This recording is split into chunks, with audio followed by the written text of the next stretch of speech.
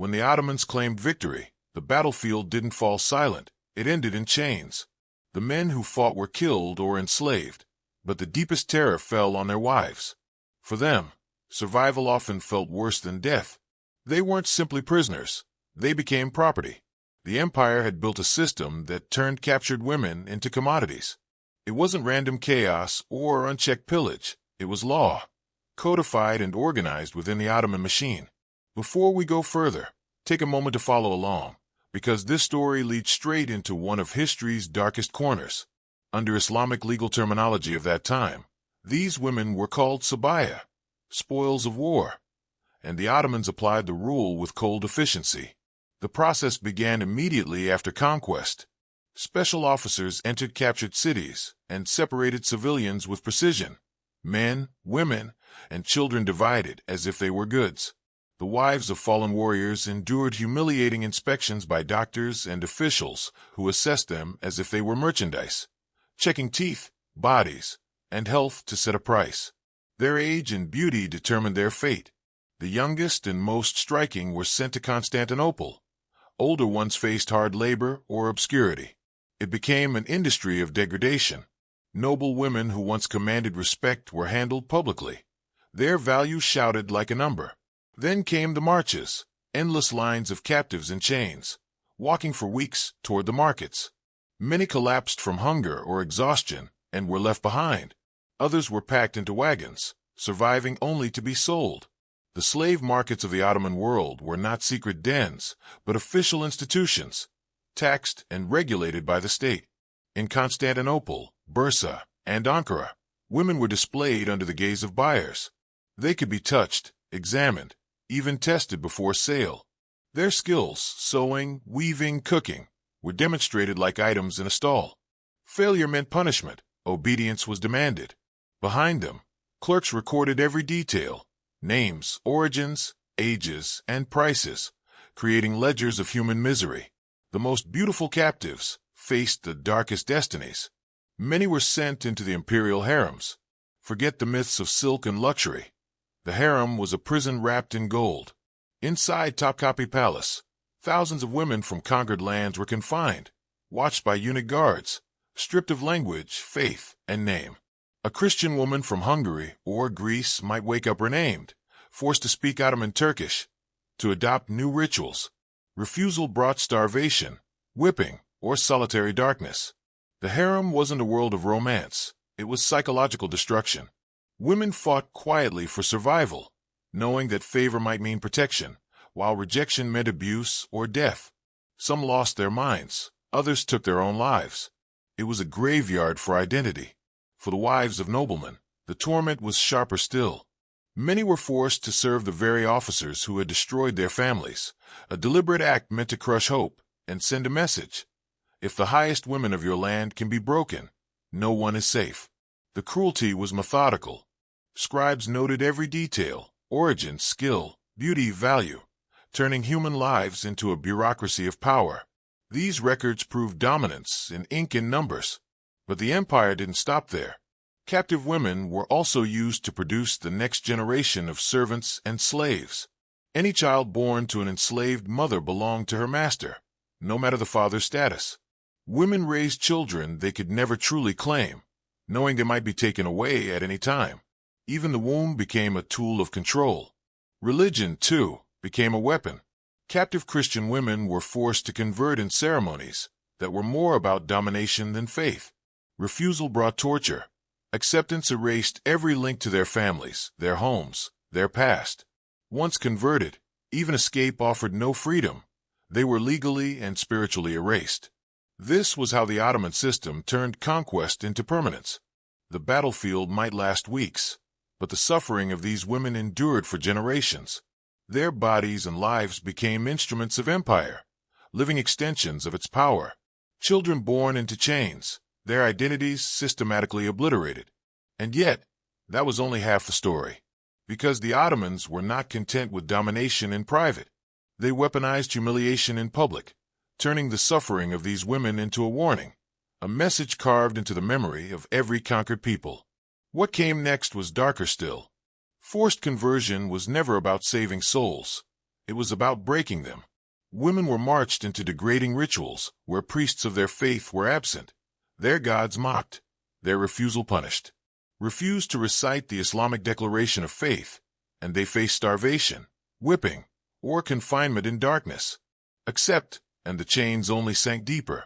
A Christian wife became, in the empire's eyes, a Muslim slave with no path back. Escape to her old community was impossible. Her family would not recognize her. Her church would not take her back. Conversion was a second death.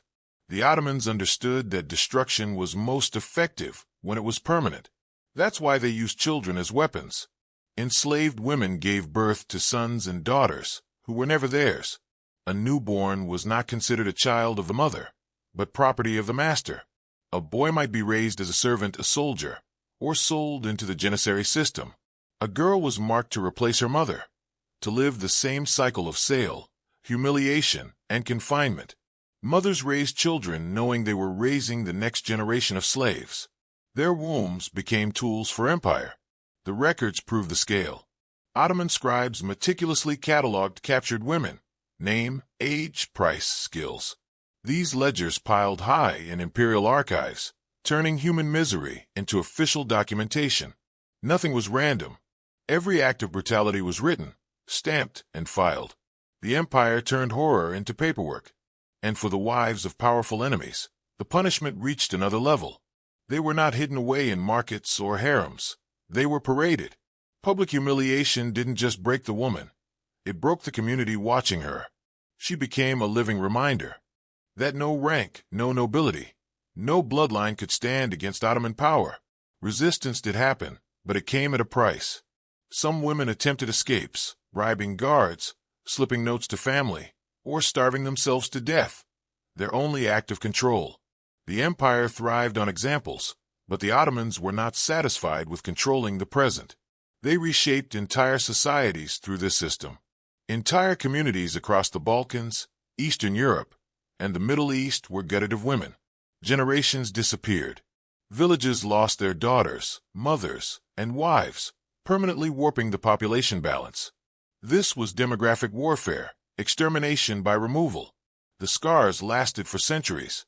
Survivors who somehow escaped or were freed carried their trauma for life.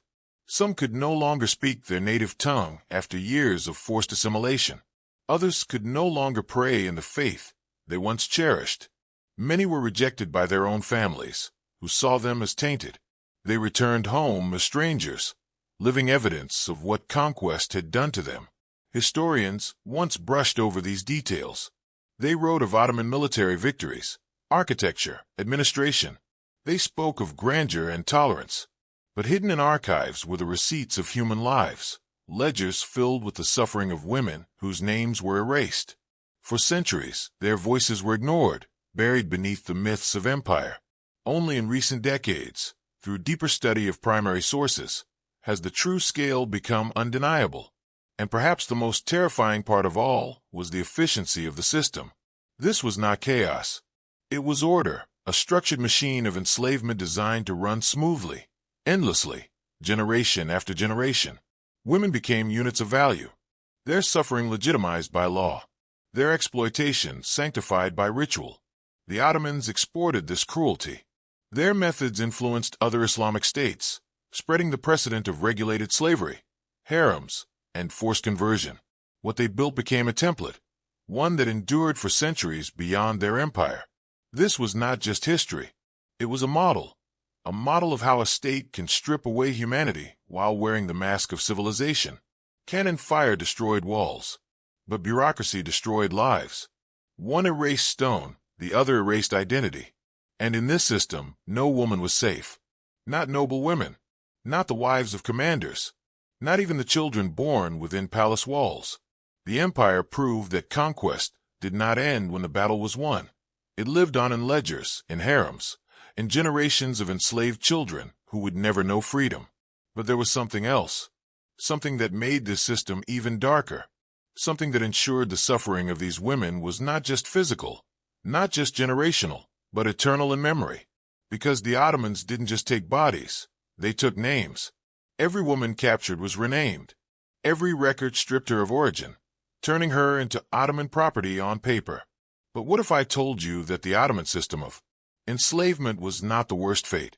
Some women faced punishments so calculated, so sadistic, that even the empire's own records struggled to describe them. That truth is darker still. Some women were not sold, not parceled out to harems, not sent to kitchens or markets. They were broken in ways designed purely for spectacle. When cities resisted too long, when commanders defied the Sultan, their wives were singled out. The empire turned them into living warnings. Punishment began with exposure. Captured women were dragged through the streets, chained, beaten, and displayed before their conquered communities. Their humiliation was not private, it was policy. A commander's wife might be stripped of her clothing and paraded before the very soldiers who had slaughtered her family. Her body became a banner of defeat, her torment a lesson to the survivors. Then came branding, hot irons pressed against skin, burning symbols into flesh, not to mark ownership, but to erase dignity. Others were forced into roles meant to mock their former status. Noble women, once seated beside kings, were made to clean the floors of Ottoman barracks. Wives of military leaders served wine to the officers who butchered their husbands. And it didn't end with humiliation. Some women were deliberately placed in positions where death was slow and public. Locked in iron cages, hung from city gates, they were left to starve in sight of their own people. Their torment dragged on for days, each hour a living demonstration of the price of resistance. But the darkest fate was reserved for women who bore children of fallen leaders. The Ottomans feared bloodlines. They feared the possibility that one day, a son of a defeated commander might rise to reclaim his father's name. So they cut the lineage at its root. Infants were torn from mothers, sold, or executed. A mother forced to watch the killing of her child understood immediately. The empire would not allow even the shadow of resistance to survive. For some, torture was methodical. Ottoman officers employed psychological cruelty alongside physical torment. Women were forced to choose between their children, one spared, one killed, so their loyalty would be shattered forever. Others were kept alive only long enough to witness the execution of their family members. Their lives prolonged so their suffering could be savored. And all of this was written down. Every act, every punishment. The Ottomans documented horror like accountants tallying profits. It was proof of power. But the cruelty went further still. Some women were used as weapons of conquest. A commander's widow might be sent back to her own city under Ottoman control, forced to spread obedience among her people. She walked as a puppet, her survival tied to her betrayal of her past. Communities that looked at her no longer saw a leader's wife. They saw the empire's tool. There were also experiments in degradation. Some women were deliberately starved, then paraded with food dangling just out of reach. Others were forced into fights against one another, gladiator-like spectacles staged for the amusement of soldiers. The empire did not simply want obedience. It wanted entertainment. Human suffering became sport. Women who refused to convert were dragged into mosques and beaten in front of congregations until they whispered the words of the Shahada. Their broken voices became evidence of submission. For those who still resisted, the empire made their death slow, turning executions into drawn-out sermons on the futility of defiance. But perhaps the most chilling punishment was silence. Some women were erased not by death, not by torture, but by complete disappearance. They were taken into secret chambers, confined for years, allowed no contact with the outside world. They did not live. They did not die. They simply ceased to exist, ghosts swallowed by the empire's machinery, their memory fading even among those who once loved them. Communities were scarred forever. Villages that resisted never forgot the images burned into their minds. Wives of leaders mutilated, mothers watching their infants slaughtered, sisters dragged screaming through the streets. And the women who lived, they carried torment into every breath. Survivors described sleepless nights haunted by screams, bodies that never healed from whips, minds shattered by choices no human should face. Some never spoke again. Others wandered aimlessly, incapable of recognizing home or kin. Their survival was not a triumph. It was another form of punishment. The cruelty escalated because it worked. Fear traveled faster than armies. Cities surrendered not because walls collapsed, but because word spread of what awaited the women inside. The Ottomans did not need to fight every battle. Sometimes, the screams of the conquered were enough to force the next city to open its gates. This was conquest by terror, not only swords and cannons, but wombs, children, and wives weaponized against entire nations. And yet, there is one final detail, one final layer of horror, that seals this history in blood. The empire did not consider this cruelty a crime. It was law. Every act, branding, humiliation, forced conversion, enslavement, was legitimized through doctrine and bureaucracy. Judges, scribes, and officials blessed the suffering. The system was not rogue violence. It was sanctioned, organized, legal, which means the destruction of these women was not just tolerated. It was celebrated as order, as civilization, as empire. And that is why the story does not end in the 16th century. It lingers. It echoes. Because once a system proves that absolute domination can be dressed as law, it sets a precedent. Others watched. Others copied. The Ottoman system became a template for empire-wide control of women across continents. The wives of defeated warriors were not just victims of a single conquest. They were the foundation of a legacy of exploitation that outlived them, replicated again and again across centuries. And yet, there is still one question history never fully answers. What became of the ones erased? The women who vanished into silence, into archives, into graves without names. Their stories are not written. Their fates are not known. Which means the darkest truth of all may be the one we will never uncover.